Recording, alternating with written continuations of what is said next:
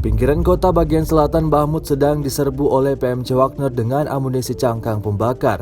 Rekamannya ramai beredar di media sosial Telegram pada Rabu 2 November 2022. Untuk kesekian kalinya pihak Rusia mengandalkan bom cangkang pembakar untuk menghancurkan posisi pasukan Ukraina.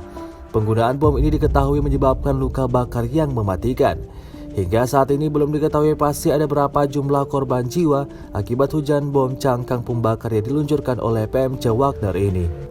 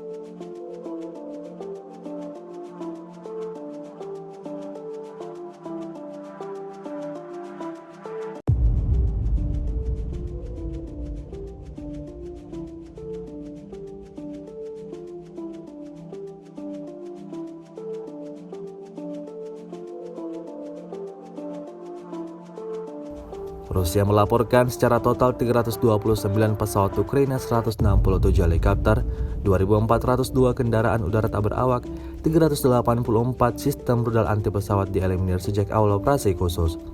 Sementara itu dari kubu Kiev, Kementerian Pertahanan Ukraina melaporkan 650 tentara Rusia dieliminir dalam 24 jam terakhir. Sebanyak 72.470 prajurit Federasi Rusia meninggal sejak awal konflik hingga hari ke-251.